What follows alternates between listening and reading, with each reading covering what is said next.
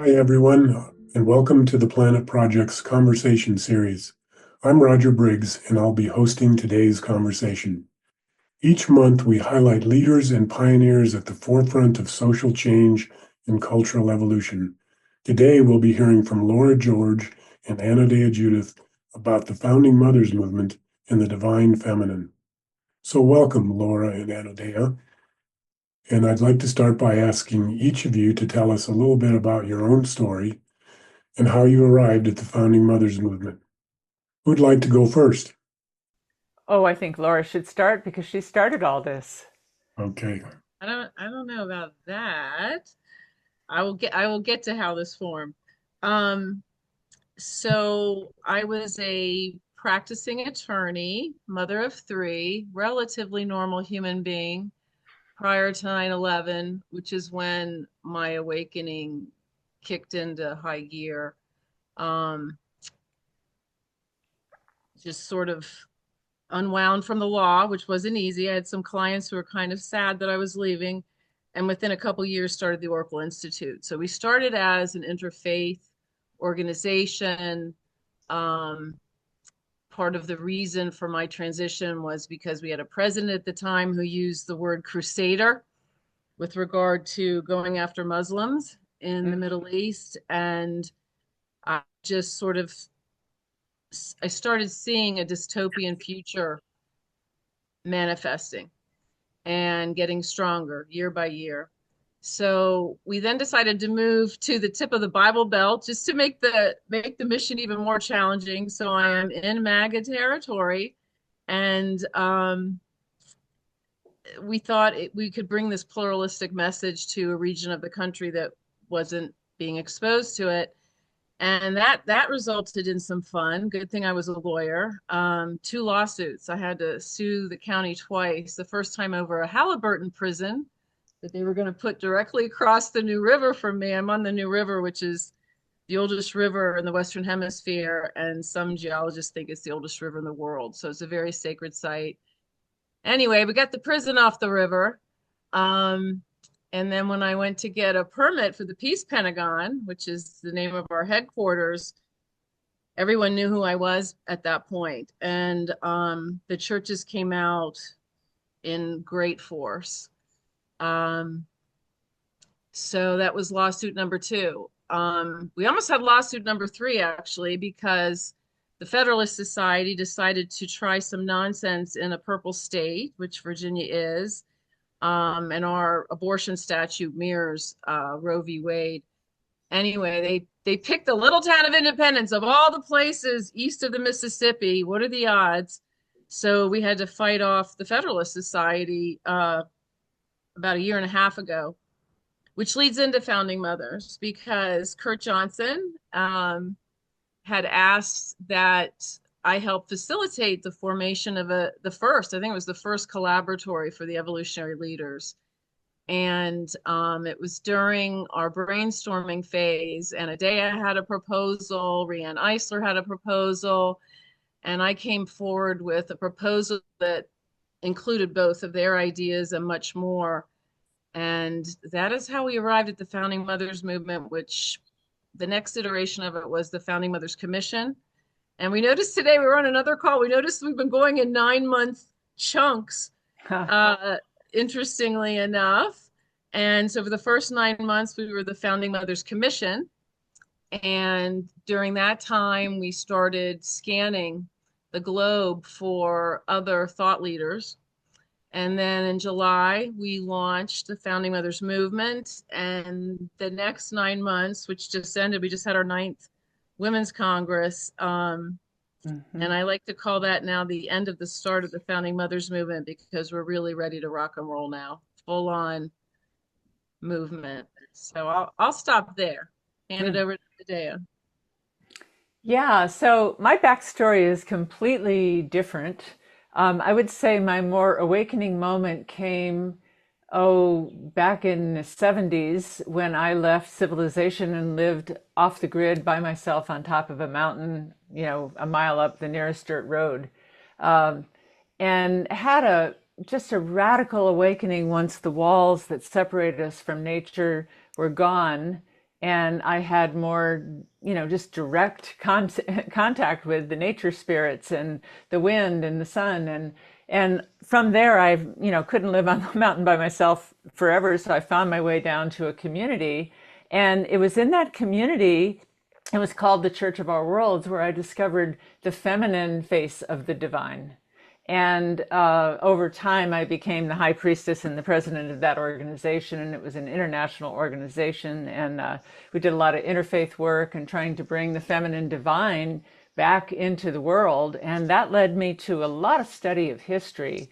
And so, what happened to the feminine divine? And how come I grew up not even knowing her name? And, many questions like that. So, that led me to award-winning book I wrote, The Global Heart Awakens, which goes through humanity's history and coming into a heart-based paradigm, which means there has to be partnership between the masculine and feminine. And that led me actually to write a book about the goddess, and that led me to be invited to the first Feminine Force Collaboratory with Laura and Ryan Eisler and others. And out of that was born the Founding Mothers, and I've been in it since its inception as the representative of the religion and spirituality sector of the Peace Room. All right, thank you. Thank you. So let's maybe get in a little more to the Founding Mothers movement and how it works. And it's not a nonprofit, I believe. Is that correct? And how it's structured and what your strategies are. And it's not even really an organization, it's a coalition. It's the gathering of organizations. And then you always say that yourself, Laura. Yeah, no, that was a purposeful decision because we're already seeing the attacks coming from the alt-right on nonprofits. So I sort of saw that coming as well. Yeah, it is not a legal entity. It's a headed hydra. So we did that partially for protective reasons. Also, we're taking security very seriously in general. But yeah, I think what I'd love to talk about first is the unique design of the Women's Congress. So one of the first things we did was reignite it. So the International Women's Congress was formed after Julia Ward Howe issued the Mother's Day proclamation. And if you've seen our launch video, we make the point very well that it was not intended as a chocolates and Hallmark card event. It was a call to action for the women of the world. The Civil War had just ended, and the women of the world heard her call, and they met for the first time in 1878 in Paris, and they met pretty frequently and recurringly until after we got the right to vote in the US. So, the women overseas in the UK got the right first. So they met until, I don't know, about 1930s. And then they became exceedingly active in the peace movement. And the height of the peace movement in the total history of the planet is when they had the strategic plan to unite the churches and all the peace groups and all the women's groups. And we're standing on their shoulders because that is 3/4 of our strategic coalition. And had environmental groups and indigenous wisdom groups existed back then, they would have added them too. So those are sort of the 4 categories for the partner groups that we invite in, but that's pretty darn inclusive. That's pretty much every nonprofit on the planet. So that's one thing that we did, was follow their strategic plan. And then the other thing we did was we took system science and the latest research on governance models and created an exceedingly unique congressional structure. It's based on sociocracy. If we get people in the audience who are familiar with that governance model, which is pretty popular in Europe. And it's a system of overlapping circles, feedback loops, and it's based on consent. The other thing we did, which I think is really cool, is we anticipated having to build this for speed. And here we are, 6 weeks into the Trump presidency, and boy, are things happening quickly. So we don't vote. We don't say all those in favor of raise your hand. We do exactly the opposite. We make a proposal and then we say, if you have an objection, please speak up. If there aren't objections, it passes. So it's a really fast moving Congress in that regard.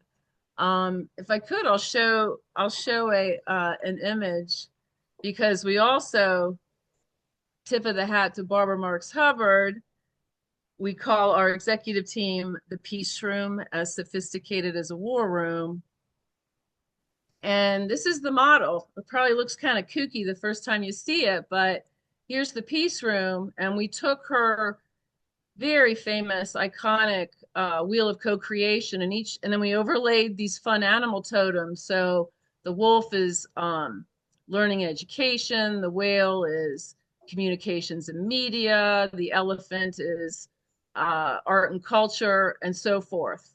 So yeah, Anodea is representing the spirituality sector, and Karuna's here with us. The snake represents health and wellness. And we put Lady Liberty at the center because the core of this mission is about justice. So that's the Peace Room. And then these are our operational circles. So one of the first things we did was draft the Founding Mothers Proclamation in amazing time. We had 7 international female lawyers working on it. And then this green rim represents the world broken into 10 divisions. So we've got North America, South America, Africa, Europe, and so forth. And this part of the architecture will be activated now that we're in campaigns. This was to monitor campaigns around the world. And then the outer rim are the delegates. These little pink dots represent delegates.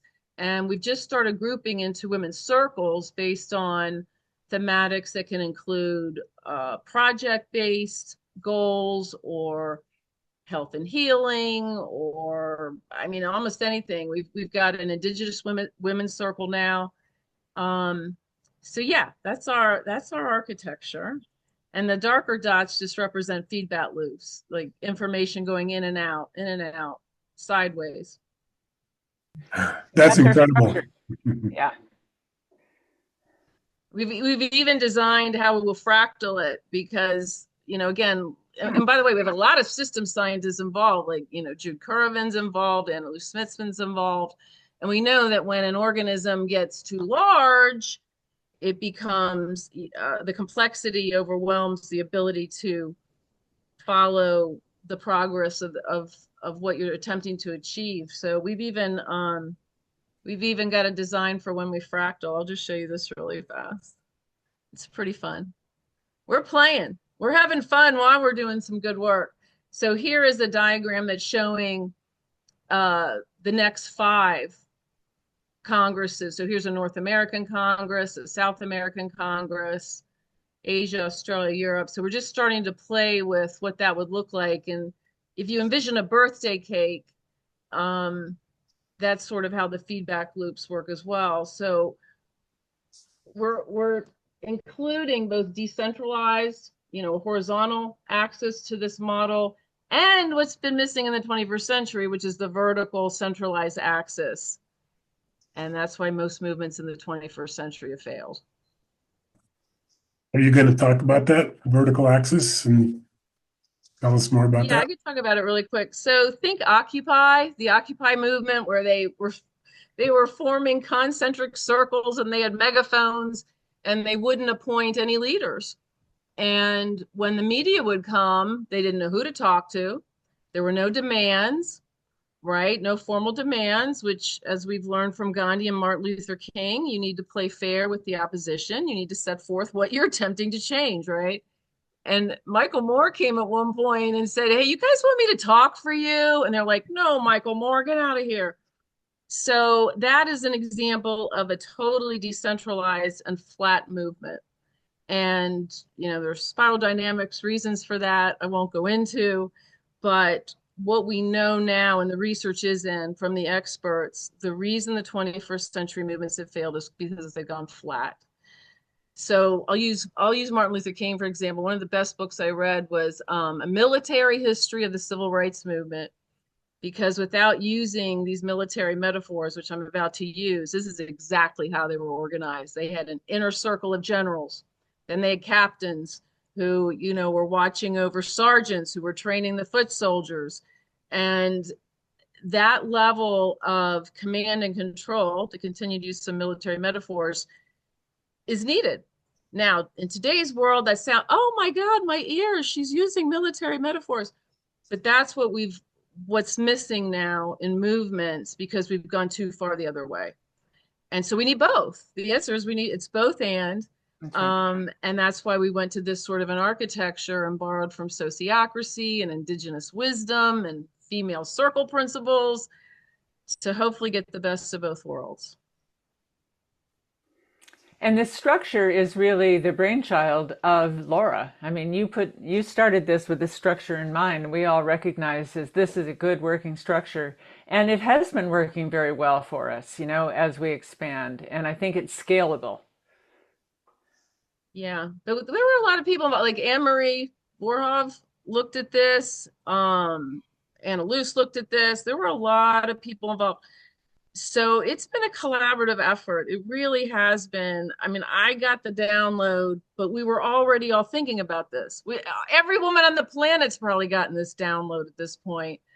And I'll just add this. The reason when we look at the poly crisis and all the layers and all the crazy, when we peel the onion, the layers of the onion, what is at the core? We don't have gender equity yet on this planet. And I'll let Anodea talk about this because I think she's better versed at it. But if women aren't in the room, bad things happen. So that's why women. And then the other thing is war. And we feel if we can solve those two existential issues, all the other elements of the poly crisis, will be remediable finally. So that's why we're focused on women in war.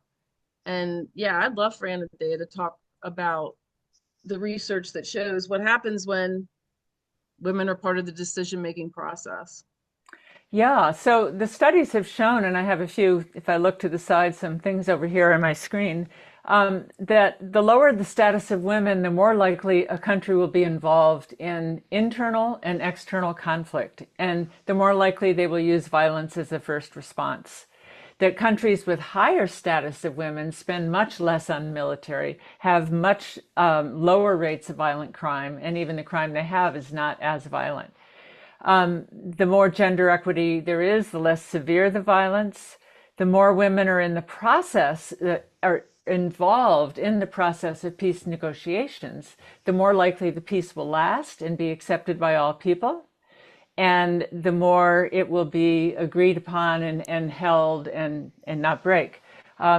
So in a study of 130 peace agreements signed since 1990, they found that they were 64% more likely to succeed if women are involved in the process. And when a country has at least 35% of their legislature as women, the risk of conflict relapse is close to zero. So they just become much more peaceful. They spend less on defense. We know that war is a tremendous trauma and waste of resources and human intelligence and energy. And yet, despite all this, very few women are part of the peace process. Between 1992 and 2019, they were just 13% of negotiators, 6% of mediators, and only 6% of signatories, and only one woman has ever signed an international peace treaty. That was Miriam Colonel Ferrer of the Philippines. So, it's proven over and over again when women are part of the peace process. And it's not that men are wrong. It's not, I do have a whole thing on how men got stuck with violence, not that they are prone to it on their own, but they got saddled with a job way back when. And it has sort of fallen to that, and then the media masculinizes violence and perpetuates that. I don't think that's men's nature any more than it is ours. But when women are when they're even in the room, as Laura was saying, there is more negotiation, more hearing each other. men make military agreements, but the women are seeing that the water rights are there and the human rights are there and that the farms get uh, regenerated. So we need both. We need both. Yeah, so I'd like to bring in a little historical perspective on all this and really kind of channeling Rion Eisler, who's a hero of mine, and I write about her a lot and speak about her and have done a lot of similar research. But what she was one of the first people really to uncover in her book, The Chalice and the Blade, was that around 5,000 years ago, when the first civilizations emerged, this was the first time we had hierarchical societies, domination hierarchies. And the sign of that is the monumental architecture, the pyramids and the palaces, and because it took slaves to build that, which means you have to have someone in charge at the top. And that's the archaeological record shows that that is literally when war emerged. That before that there was probably skirmishes, but organized warfare, military, walled cities, all this kind of stuff emerged, and that's when the emergence of patriarchy and the male god. And that is the short version of history for the last 5,000 years. And it's been continual war and violence with men in charge. So I'm going to say it as a man here that it's been the men that created all this. I'm not sure. I do agree very much that I don't know that men are prone to violence. That this is human nature, as some people will argue. But the fact of the matter is, the wars are led by men. A lot of men are forced into war, and most of the crime today is caused by men. And I worked in a high school for 28 years, and clearly the discipline problems were the guys being in this sort of dominator macho paradigm. So I'm just going to say that that's sort of the gorilla in the room would acknowledge that.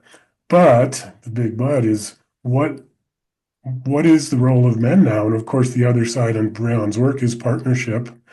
But how do we begin to teach men to be in partnership? And I work with a lot of men right now, and there's all the men on this call I know are beautiful souls that work in partnership.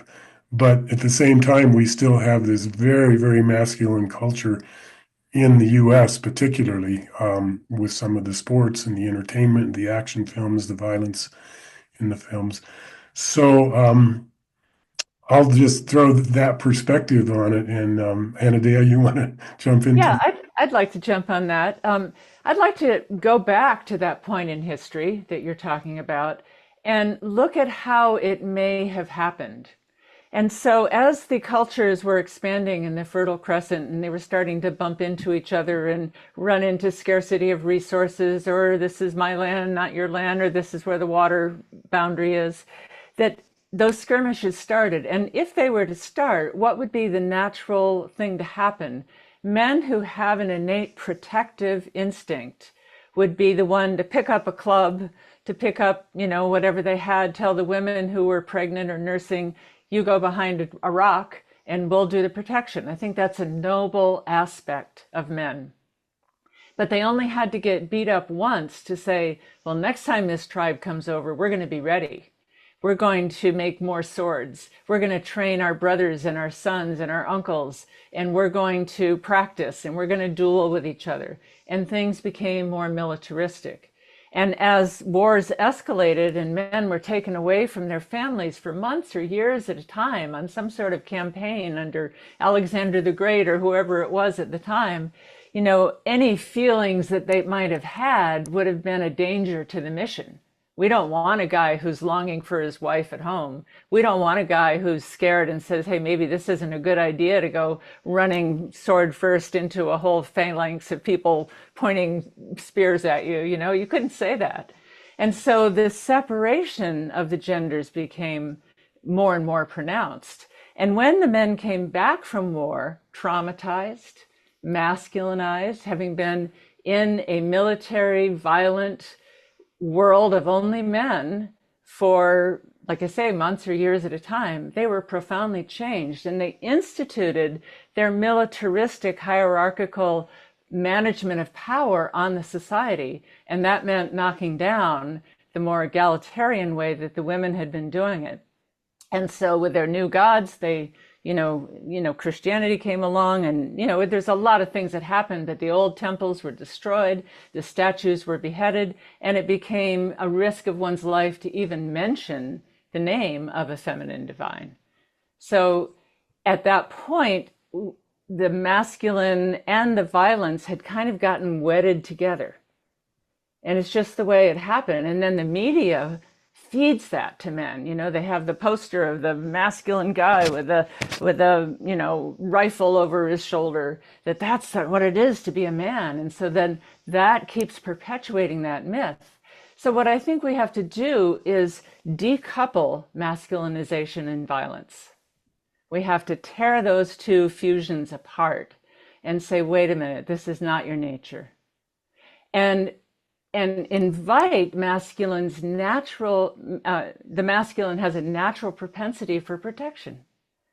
That comes up. That is a noble male act, to want to protect your community. But the protection we need now is to protect ourselves against ecological disaster, to protect ourselves against fascism, to protect ourselves against, political and social chaos. We need the masculine to be out there and working with the feminine, but we need an integrated society and a partnership society, as Rian would say.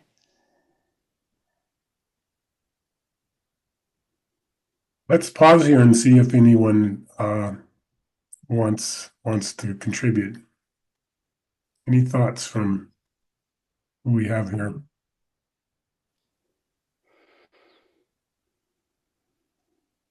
Scott, and then Andrew.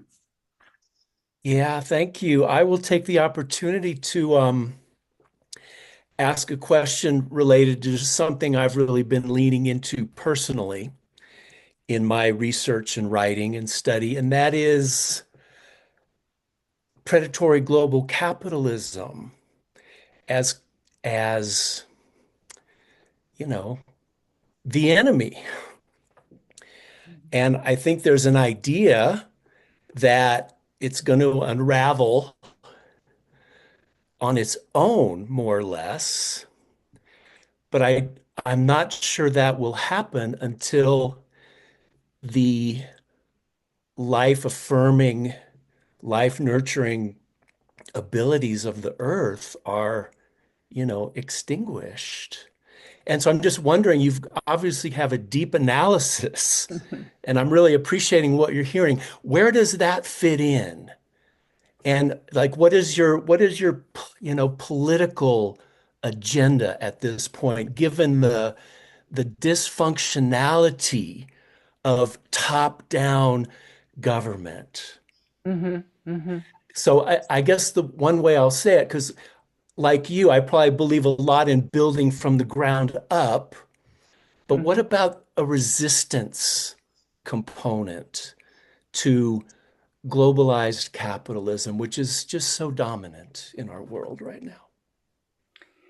Well, I think that when we fashion our society on militaristic models, then we would fashion our economy the same way. And like you say, a predatory capitalism. Predatory is like a military. We're going to prey on these other people.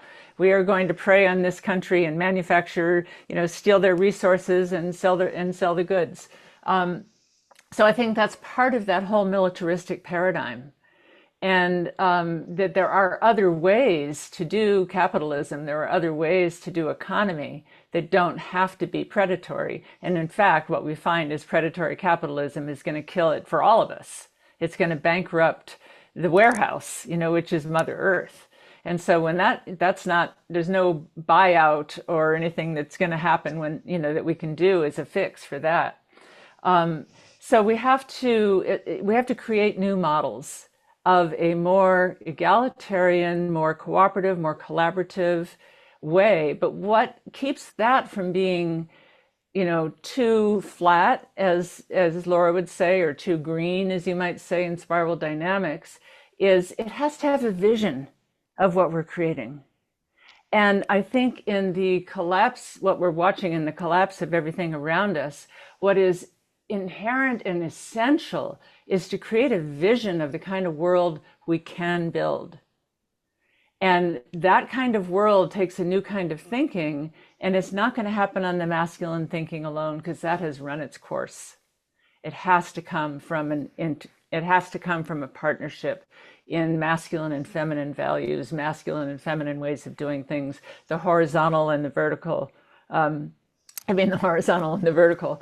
So it has to be in that integrated way. And I think that's what it is to come to an age of the heart, one in which relationship and balanced, healthy, egalitarian relationships are the building block of society.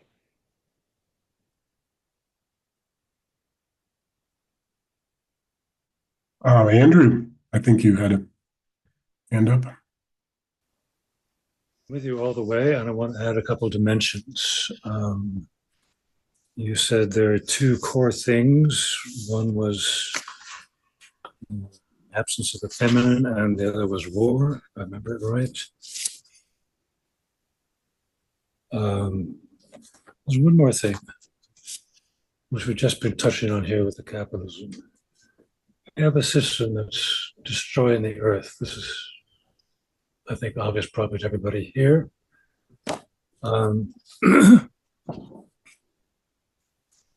If we don't change that system, then we're cooked. Mm-hmm. And someone said the odds are we are cooked. Okay, I get that. So I'm with a group called Stable Planet Alliance, and the idea I'd like to introduce is the idea of having members of groups. You talk about building a great alliance, we're with that. What if members of groups became communicators, leaders in their own right? And talking about systems change.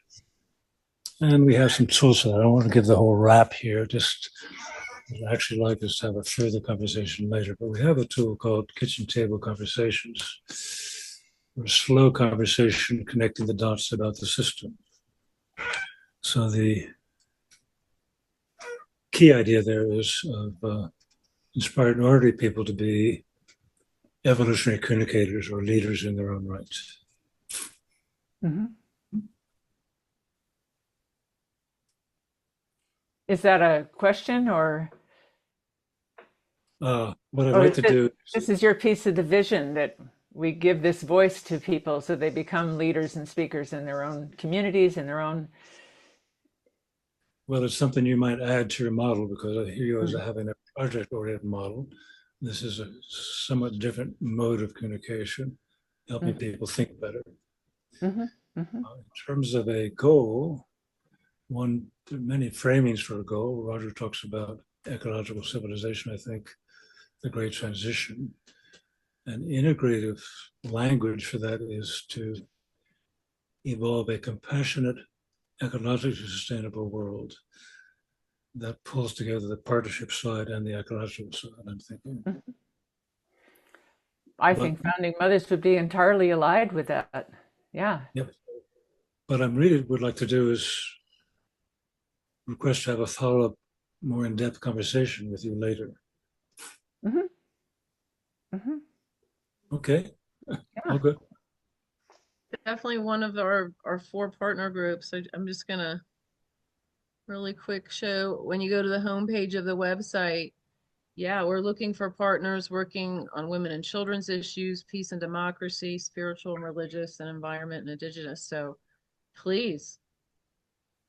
Right. So let me suggest that in that category, you do not yet have one for whole system change. And it'd be great if you did.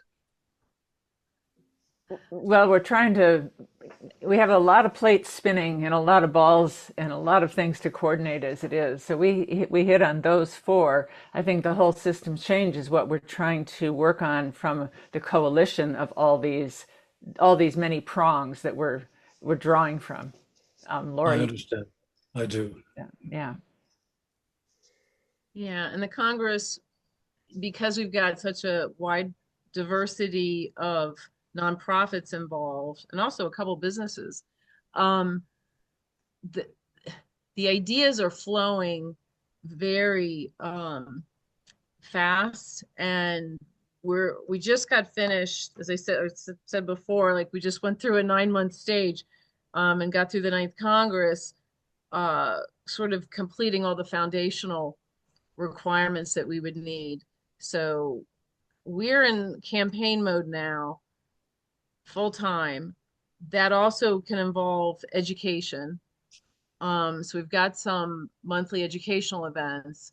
The goal is absolutely a holistic system level shift.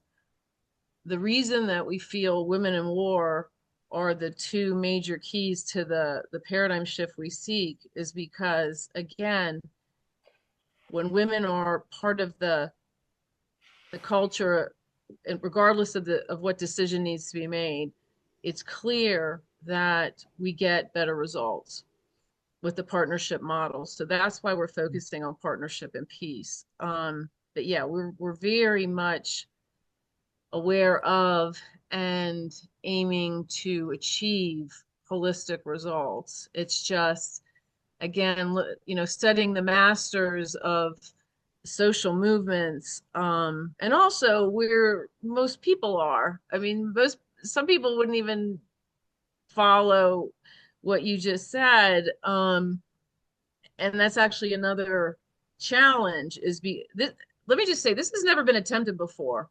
There have been global, localized global movements, but they're all, like it's 350.org doing a global movement. It's all about environmentalism, or it's democracy without borders.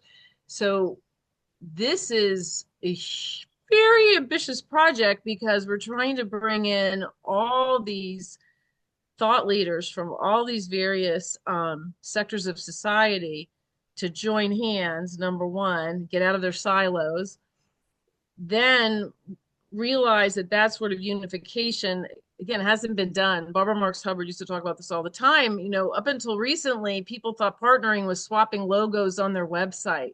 I mean, we're shooting for so much more. So the Congress is a place where the partners appoint a delegate. They're serious representatives of that partner group, so that whatever expertise comes in from that partner group is shared. But then again, back to using the old school language demands, we tend to say our solutions. We have to almost keep it simple, or we're going to shoot off in various directions. So it's not an environmental movement per se. It's not focused on capitalism per se.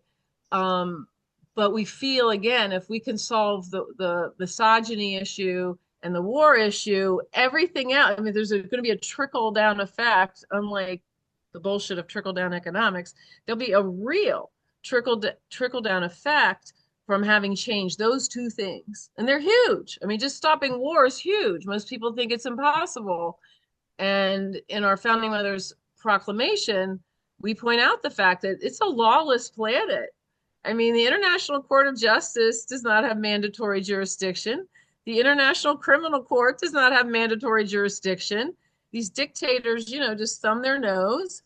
So that's one thing we would absolutely need to create a peaceful planet. We have got to create courts with the ability to not only rule in a way that the whole planet would view as truly impartial and, just, but then we've got to have an enforcement mechanism. So we actually drop a footnote in our founding mothers proclamation to the Earth Constitution, which to my knowledge is the only constitution that's been well thought out by academics and jurists around the planet to deal with this quagmire of issues. So then you get into enforcement after, I mean, just getting the international court system, all nations, submitting to that jurisdiction. That's hurdle number one. then you can still have a rogue. Then what do? Then you need an enforcement system. Then we're right back to NATO. Like it can spiral in either direction. So it's very complex. And in that sense, yes, we're thinking big picture. Absolutely. It's a lot. Long game. It's a lot. Yeah. I mean, we need a we have to realize historically that many of these, even the UN is less than 100 years old. Women have had the right to vote barely over 100 years. This new, I mean, to have the Paris Agreement that had 194 countries signing on it, I mean, that was the first time in history that that number of countries, and whatever you say about the Paris climate, that it's, worthless or whatever, but 194 countries came together and agreed on something and signed a treaty peacefully. These are new things in history. They haven't been going on a long time. We're still figuring out how to do it. And this is what we have to come together and invent this in many ways out of whole cloth, and to find new ways of doing this, because we are becoming a global society in a way that was never possible before. And at the same time, we have this globalism, we have this populism, we have the movements to control. And I mean, it's quite the time. But I look at this as humanity is going through its initiation from what I call an organizing principle based on the love of power, which is the hierarchical command and control. I tell you what to do, and then those people tell those people what to do. And that's how it's been done. That's how a parent with young children does it. When your kids are 3 years old, you say, it's time to go to bed because I say so. To a more egalitarian power of love, which is more, it's like how adults relate to each other, not from the parent-child model, but from what we can see works. It's moving to another stage of what Kohlberg's moral stages of development, less who's more powerful than what's right here. What affects the most number of people? I mean, this is something that humanity is maturing into. And I think the current meta crisis that we are facing is our initiation, that we either come through with a new model of how we live, which is going to be a more efficient, more egalitarian, more loving, more diverse, more compassionate model, or we don't make it. So I think this initiation in many indigenous cultures, if you didn't make it through the initiation, if you didn't shift your perspective, you didn't live. And so this is humanity's initiation to what I think is a heart-based paradigm, despite what it looks like right now. I think we're in the deep undoing of the old paradigm. And I'm not saying it's all going to be pretty as we transition. Birth is never easy or pretty, but it creates a miraculous result. And women know that. Yeah, and the Any big other question comment? is, oh, go ahead. Sorry. No, I was just going to invite anyone to speak. That includes you, Laura.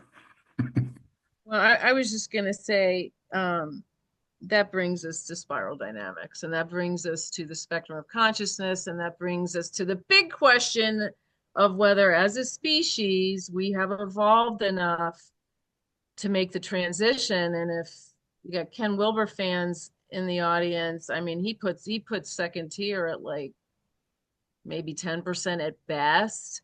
And if we drop it down to the green meme, that is a pluricentric meme, though for reasons not beyond the tipping point, then we can maybe say 20% of the planet at best, 30% at the most. I mean, it's a real question now as to whether we're going to make it. I mean, Wilbur gives us no better than a 50-50 shot for this very reason, because there aren't even enough humans yet who are world-centric in their perspective. And the spiral's been collapsing. I mean, with democracy declining over the last 20 years, you can see the spiral collapsing. So I won't go any more into spiral dynamics, but we're in a bad way. If we had done this 30, 40 years ago, we'd have a better shot at the paradigm shift we want. Mm-hmm. Sandra. Hi, everyone. I'm Sandra, and I just want to thank you, Laura and Anodea, for this incredible presentation and the work you're bringing to us, and to all these amazing men who are here too and engaged in this conversation. Listening, I am reminded of the Vedic tradition from India that talks about yugas. Mm-hmm. These very big, I think it's 12,500 year cycles, ascending and descending. And, we're right now in the Dwapara Yuga, just beginning an ascent, having just completed the Kali Yuga, which was a descending age. And what they say in that Vedic tradition is that the wisdom and the higher consciousness goes underground during the descending age. It doesn't disappear. It looks like it's gone. It goes to the unconscious. And now we're in the ascending age, just the very beginning. So there's a lot of conflict. That's to be expected. The old forces of, pushing against these emerging, but that this has gone on throughout history, and the ascending age is a guarantee. It's not a guarantee that everybody will survive. Mm-hmm. It's a guarantee that consciousness will rise, and that those higher states of consciousness will bring with them a massive change in the world, massive change in the way we communicate with one another. And so that is always my frame, no matter how desperate things may look. It's not the whole picture. It's a much bigger picture. And I also like something that Anodea, you mentioned, and I'm not going to capture this exactly, so you'll have to translate back into the essence of it. But, the idea that to engage a mass community, a significant community, the language needs to be accessible and simple. Mm-hmm. I think in our communities, the ELs and related communities, we're very good at talking to each other. Yeah. And we use certain lingo that is not commonly understood. And I've worked internationally my whole life. So I work in multiple languages around the world. And, the lingo we use isn't commonly used or understood. That doesn't mean that the concepts can't be understood. And so I just bring that to us because I think it's something that I'm also very engaged in the power of storytelling. That's been my career. And I've done a lot of research around what elevates consciousness, what moves people to action through story. There's a lot of research already done on this. And, in some ways, you were talking about the depictions of men at war and how that perpetuates this notion of what a man is supposed to be, perpetuates a certain culture. It's the same with depictions of women. Mm-hmm. Mm-hmm.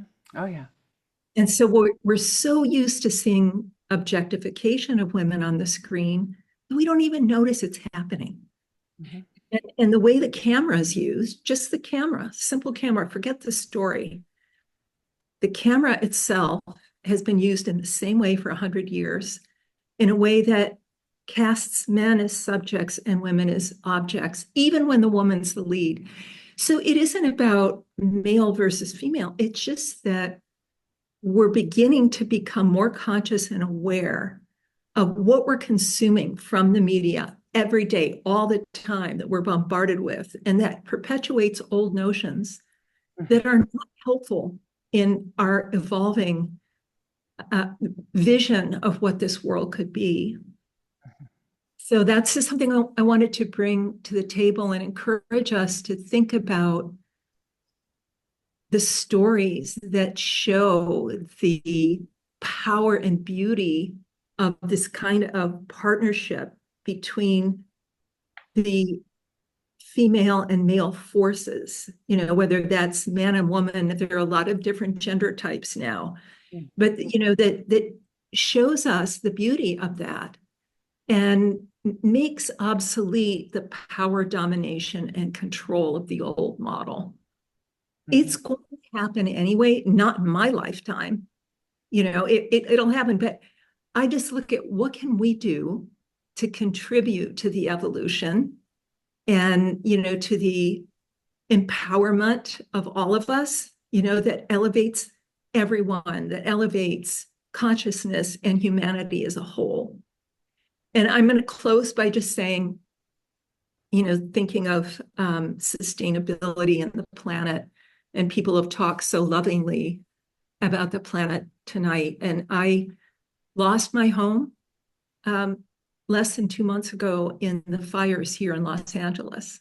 And it's my home, all my belongings, my community, the churches, the schools, the roads, the hiking trails that I hiked 5 miles a day every day for 16 years, is all gone. It's gone in an instant. And so, and I don't ask why me, because there are climate refugees all over the world. There's so many of us. And so my own little personal life, the world as I knew it has disappeared. So I gotta leave with that, sometimes there's not a linear process forward. I don't know what comes next, but I know that what's required of me is great surrender and great curiosity about what I can do to be part of this vision for a more beautiful world. Thank you. Beautifully spoken, Sandra. Good to see you. Yes. Yeah, beautifully spoken. Since you brought up media, which is one of my favorite things to talk about and work on, I might put Peter Young on the spot a little bit here since we have him tonight, because he is one of the giants in our space, I would say, and what he's trying to do with Hubcast Media. And Peter, would you be willing to share a few thoughts? Yeah, I've been listening here, and I was hesitant if I wanted to chime in because all this amazing wisdom is in this room, and these stories and what you're touching on, and you know, and how's the best way to express this? We need a container.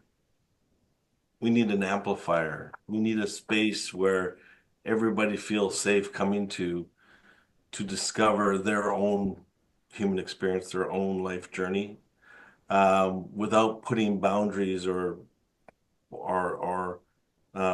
preconceptions. And the goal of Hubcasts and what we've been building is that container. We call it an amplifier, but it's a place where everybody goes into their silos and they do amazing work, and they go in and they work and they think hard, and they just like this environment here with Founding Mothers movement.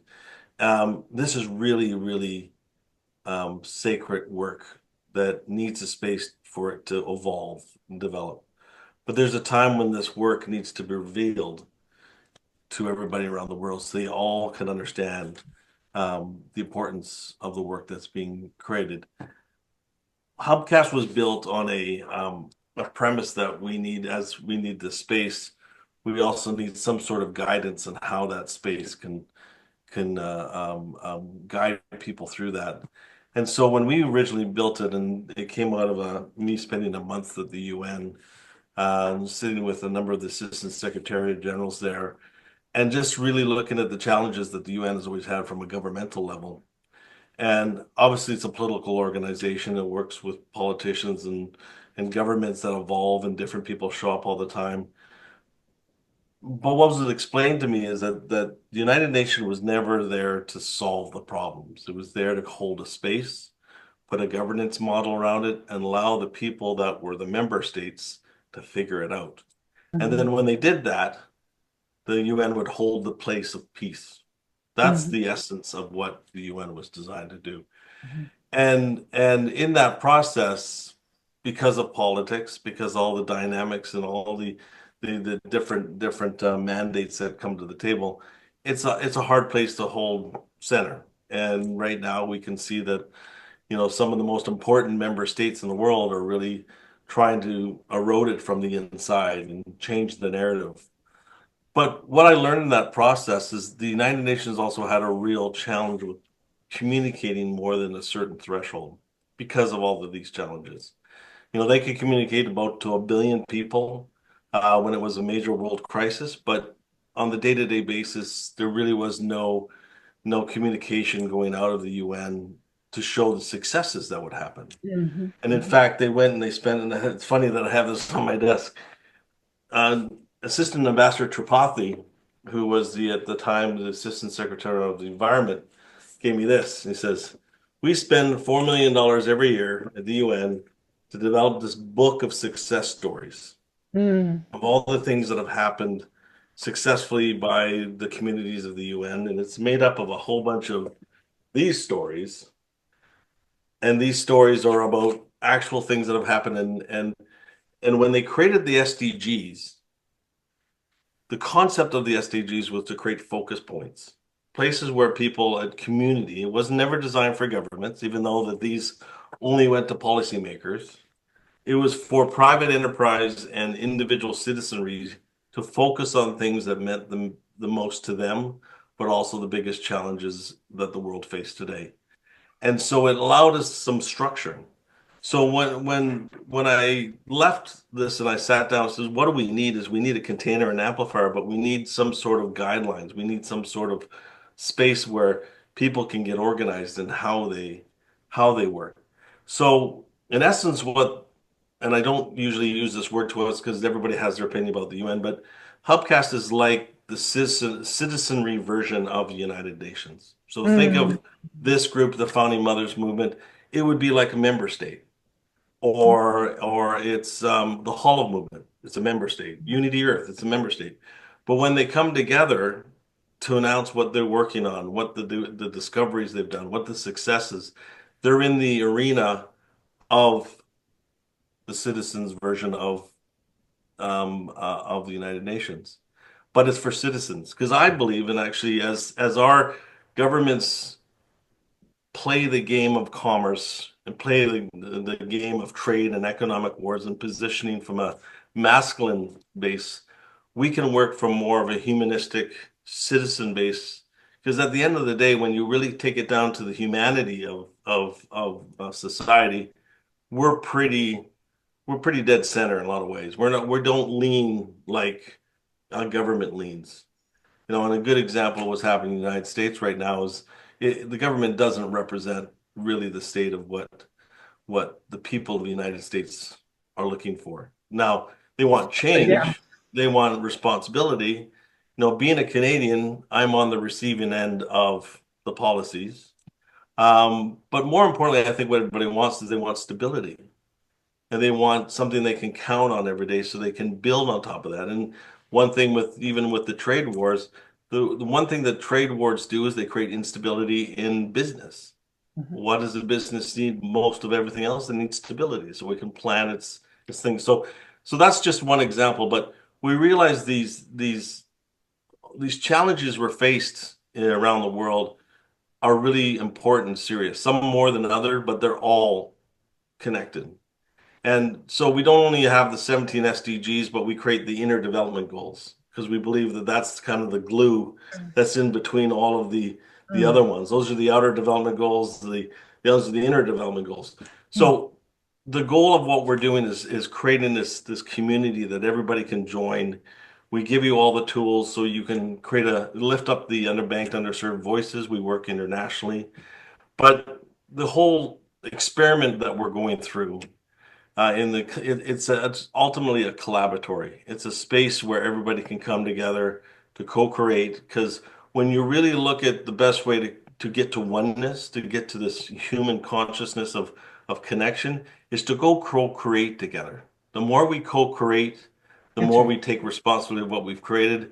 And the next thing you know, the new, defender of the free world will be humanity rather than any sort of president or elected official, as they claim now. So that's kind of the essence of the best way to, on the spot. That's really what the essence, and it takes a community through content, and that's really what the essence of what we're trying to achieve now. And we're suffering just as like everybody. We were defunded quite a bit just recently because of the tariffs. A lot of our funding comes from inside the world of impact. So we're struggling just like everybody's struggling right now. But I feel this is the time. If Hubcast is ever going to do what it's going to do, this is the opportunity that the universe has given us to say to people like this, we got to join together because we can't rely on these organizations that currently make up our ecosystem, make up our reality today.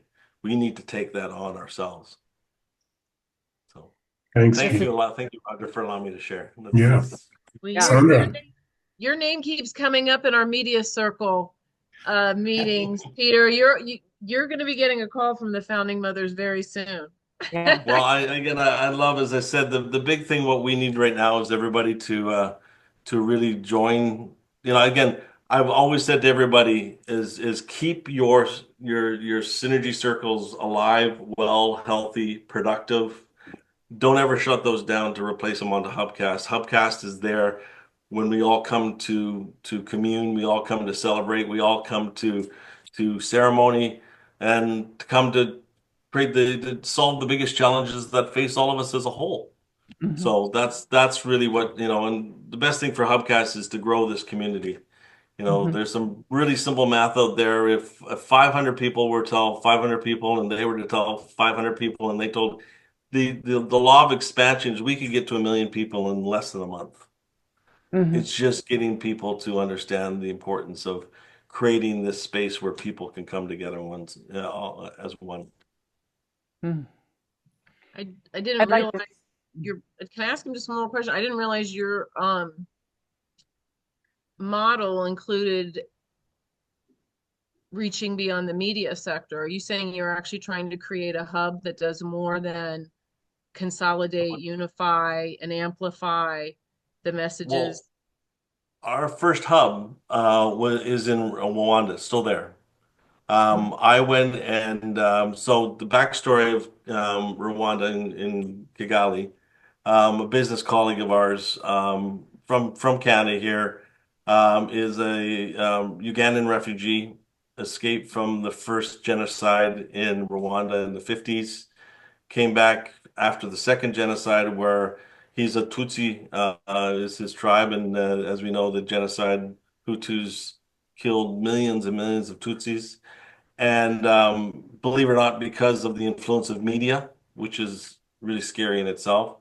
So as Rwanda was coming back into itself and going through its process of healing and reclamation and forgiveness, which is an absolutely amazing thing when you look at an area that has come so far, he came back and opened up one of the first commercial studios to start working with the orphans of the region, because all of these children that have been left homeless and parentless are growing up. And so what Hubcast and is the Yaziri Arts and Media Hub did is we donated about $100,000 worth of media equipment, and they put it into a youth center, and it's now one of our most successful hubs in Africa, and it pretty well is the community center for all these amazing youth that are musicians and technicians and camera people and storytellers, and they're all telling their stories right now, and not only in media but in dance and in painting. I'll put the link to the site, but that's an example where media is just the catalyst. What it turns into to an impact, because everything we do is about return on impact.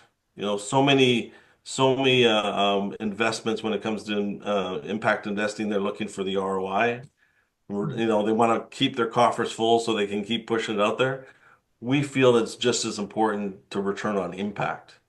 So you might, if you donate into something, Maybe it doesn't yield back, 30, 40%, but it's changed 20 kids' lives. And that's what this last year, we put 20 kids through the program, and it's amazing what's happening and what that's going to perpetuate moving forward, because that hub is now a hub that's connected into Hubcast, which is now creating content for other communities. So Right. if you might have heard the story about Pathways to Peace, Tezekai and David invested in sending one person to our hub in Rwanda when I went there to do master classes, and we sent him away with a small media kit, and now we're doing it in Guinea, and that is in a women's shelter that are protecting girls from genital mutilation and human rights issue, and they're building a school, and it's going to have a media classroom where kids can come together, and we'll perpetuate this is in Guinea. So media is just the tool. It can be the amplifier. It can be the enabler. It can be the Gotcha. what's the word I was looking for?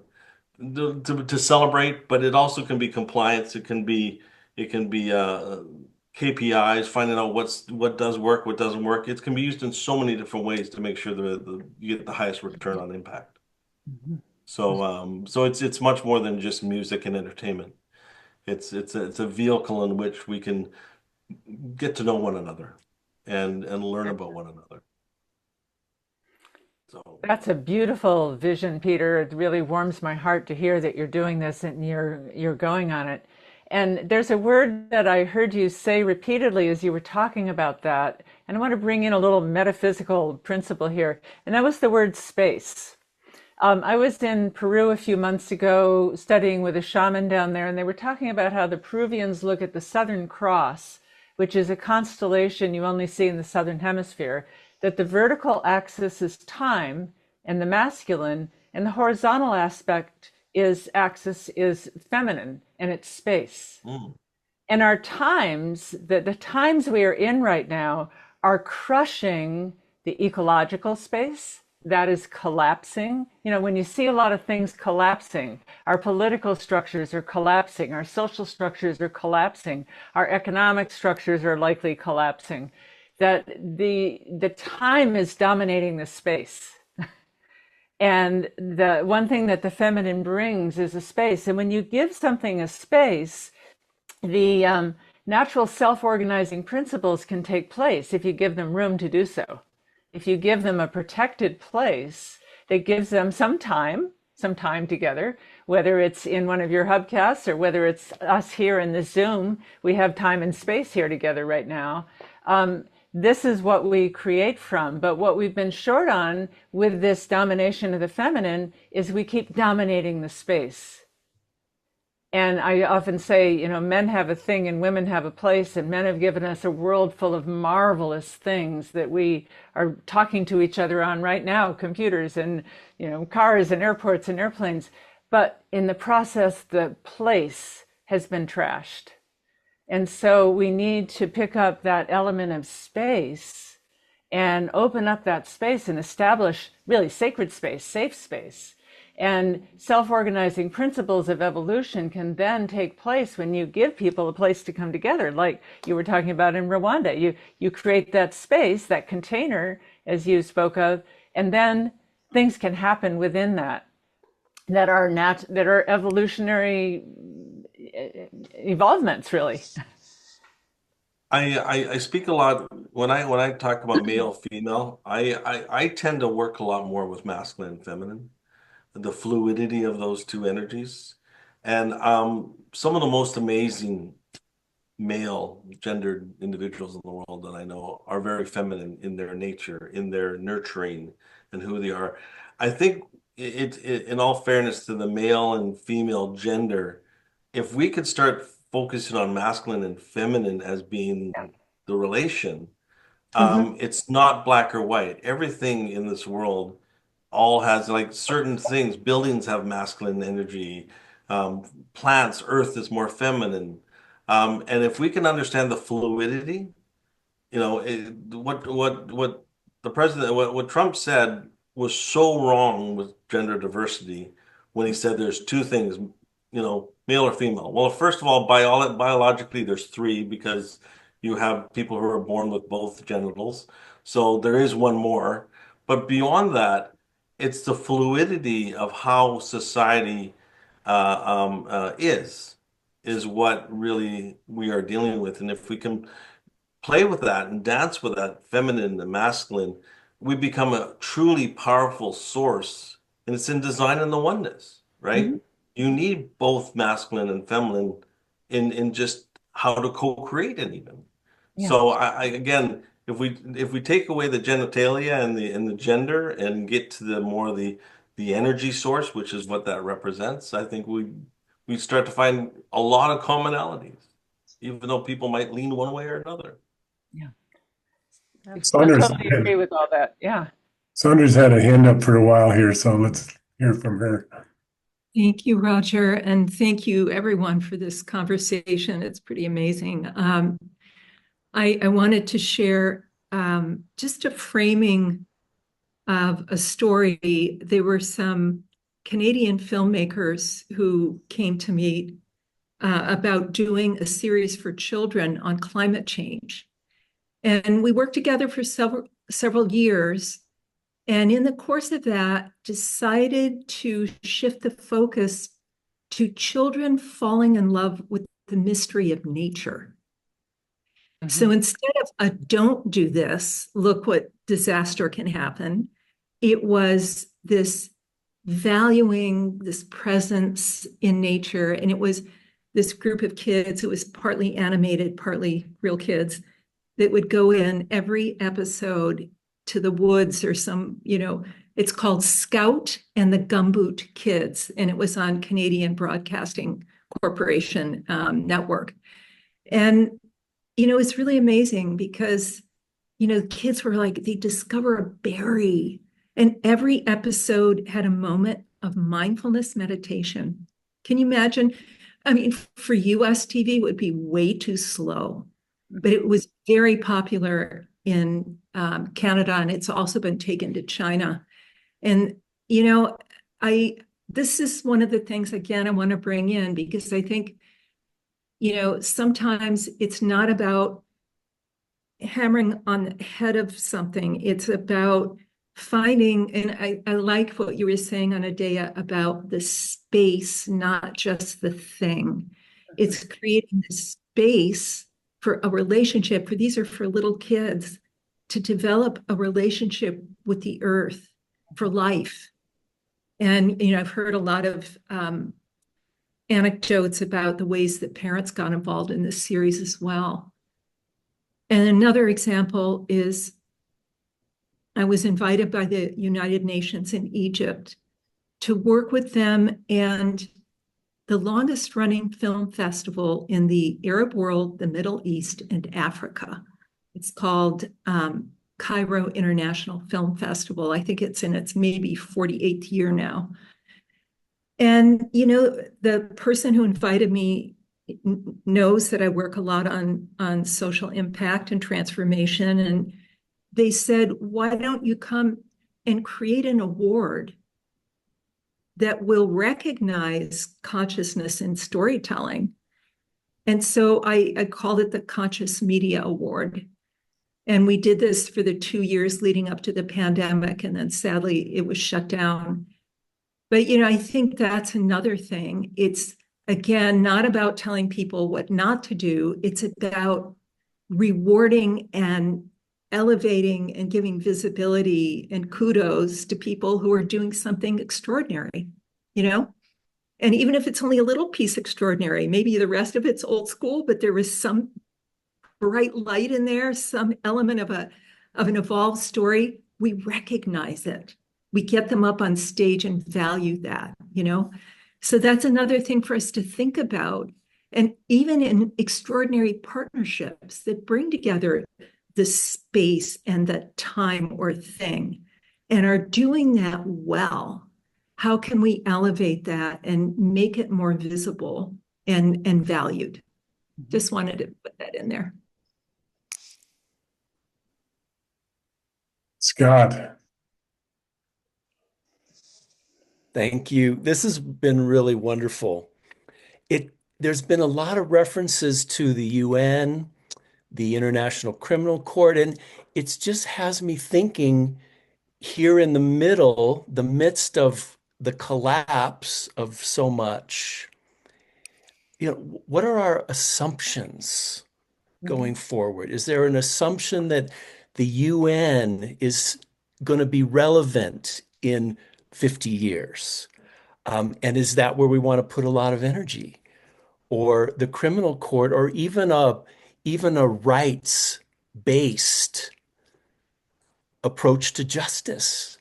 I mean, is that really the deepest level of transformation we can imagine? So I just wanted to drop that in because it's got me thinking about just this idea of what are our assumptions?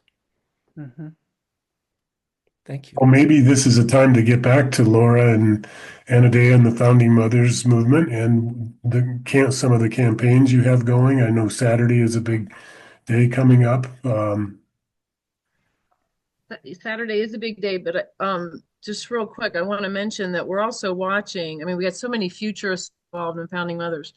So we are watching what's trending in terms of human organization, and what's trending are the people's assemblies, the virtual nations, the Earth Federalists are coming together because they were even though they should have been all working together all these many years, they were even in silos.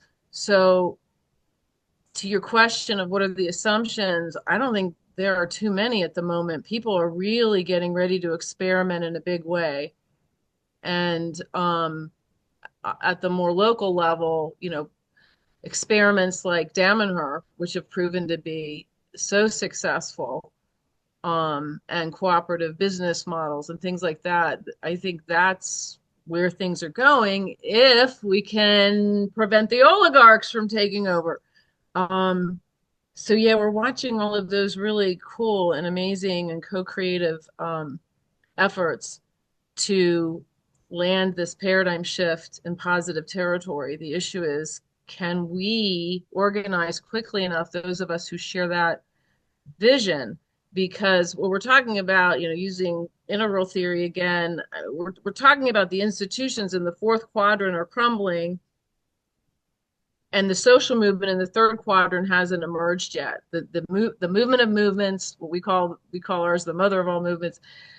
That's why we're focusing on a social movement as futurists, because as these systems collapse, what is going to replace them? And that's yet another reason why the social movements of the 21st century have failed, because they don't tend to have an answer to that. I've been trying to get everyone I know to read Rivera's son's trilogy, the Dandelion Insurrection trilogy. And the reason she wrote 3 books is most movements think they've won, where her first book ends, which is the bad guys leave town and they get on their jets, and the corrupt politicians take off for their islands. Well, then what? So the second book is about, oh my gosh, how do we deal with the corporatocracy that still remains? Because the corruption isn't just the ones who are the most visible. It's seeped down into all areas of, our business, our governance, particularly in the U.S. because of the Citizens United case. So that's the second book. And then so they kind of overcome the dirty capitalist model. And then the third book is, okay, what's the new system? And so the third book in the trilogy is these people realize, oh my God, we got to run for office. We got to craft new models and systems and experiments. And so I really encourage people to read those 3 books. David Sloan Wilson similarly wrote The Atlas Hugs, which is chock full of ideas for a social movement. So yeah, back to Founding Mothers. So yes, Saturday is International Women's Day, and we're one of many groups calling for a strike that day. We want all of our campaigns to look and feel different, because we are trying to not only encapsulate the beauty at every stage of the spectrum of consciousness, but also just totally think outside the box like Gandhi did, like the Salt March. Genius. So we've got a list of our top 10 ideas for International Women's Day, and one of them is to watch She-Rock, Spike Lee's remake of Lysistrata, where the women do withhold sex to end the war. But there are a lot of fun ideas there, like doing ceremony. Take that day for ceremony. Do a read-in, do a kids read-in. We also have a petition that we're asking everybody to sign. So that campaign we've named Founding Mothers Rising, because we feel like we're finally ready to get amplified for those of you in the media world. And then our next campaign, similarly, is going to be very unique. And I'll give you a little teaser right now. It's based on the book, The Red Tent, which is when they killed off the divine feminine. That was the transition from polytheism to male monotheism. And the leader of the Red Tent movement just joined Founding Mothers yesterday. So that's going to be a week-long event. And we're going to start it on Mother's Day. The most popular Mother's Day in the world is May 11th, which is the third Sunday in May. And we're going to start on May 12th, which is a full moon, which totally fits in with the theme. And we've got a lot of Indigenous women involved. Our version was called the Moon Lodge. So we want things to look and feel different so that people can be aware of our ability to unify, across cultural landscapes. And there's the only two I'm going to talk about now. We got a big year-end thing coming, but I don't think we're going to talk about that quite yet. Yeah. Our campaign circle is really fun. That's where we brainstorm these ideas, and we have women from all over the world involved. So culturally, it's exceedingly diverse already, and the Congress is growing. So that is the space, that is the sacred space that we've created for this social movement. And back to a point that you raised earlier, Andrew, I think it was about, having organizations and giving people a voice where they can speak. That's what happens in our Congress, because each of the Congress delegate to the Congress that we meet once a month, and those women get a chance to speak, not just to their own organization, which they do all the time, but to each other. So women who are leaders, organizations, and directors of society get to collaborate and speak to each other and have a voice so that we're heard. And so we are trying to do that, give more people a voice. Can you say a little bit about how the Congress works, and it's virtual, I assume, and how long you meet for? And it is virtual. We meet the first Saturday of every month, and we've got delegates in Palestine and Pakistan and India. So it is virtual, and we do not, because we've got women involved in various parts of the world. In fact, David Gershon, because of his work with Peace by 2030, that's where some of the delegates have come from on the other side of the planet. So we need to protect them. So we don't broadcast it. We do film it, I say, for posterity. We film it. We have a public event called the Connect Fest, which we do once a month as well. And we've had amazing speakers. Marianne Williamson opened up our first Connect Fest. We had John Perkins last month. So we're getting the word out with Connect Fest. And then we do a monthly ceremony show. That's what Anodea and Ejna and Karuna's here. Karuna's involved with that. So we're out in a public way a few times a month, but the goal is to attract more partners, more nonprofits, and assign delegates to the Congress so that it is this forum. It's a venue for co-creating the social movement. So one thing that we're doing right now, because we see the importance of bringing large communities together, And the biggest challenge with that, I'm assuming this is you're going to do this on a Zoom platform, just basic Zoom, like we're in right now. Is that right, Laura? So we're actually exploring an idea officially next week is that we are going to pay 25 cents in production credits for every person that comes in from a community to the Hubcast network. And what that means is that we'll take care of your production costs if you can bring in a body of people to register inside the network.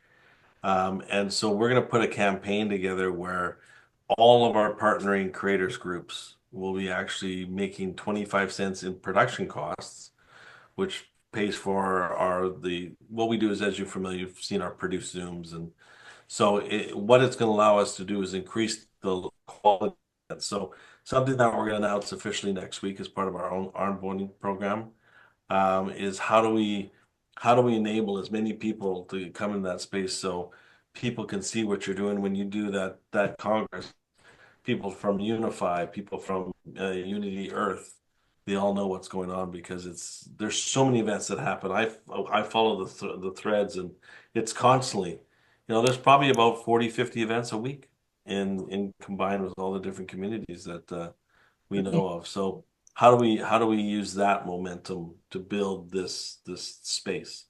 So I'll make that announcement more officially next week, but I just wanted to share because again, we'd love to help you, Laura. We did Yeah, Power of Women a couple of it's years way ago. more If than you guys, that. was I that want to how make when did we do that? That was the I want to marathon make of Mark and me. I want to make clear it's way more than that. These are our partners in the women's and children's category. Love it. Okay. I mean, we're really growing. Here are our partners in the peace groups. It's a real co-creative space. Here's our partner, here are spiritual partners.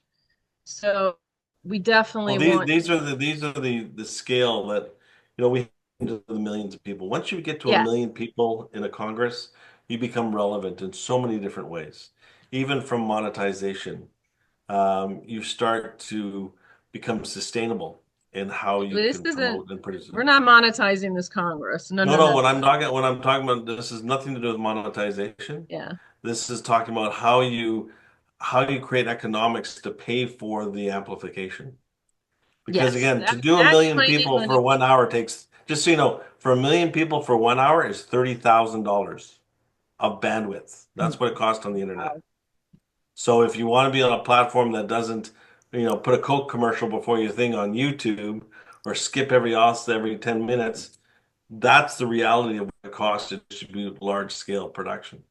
So Well, those it's those also not, resources have to come from somewhere. yeah, I just want to clarify, it's not a production. It is a Congress. And in terms of how we're going to scale, I'll just show this to you one more time. If we get too large in the current Congress, we are going to have to fractal.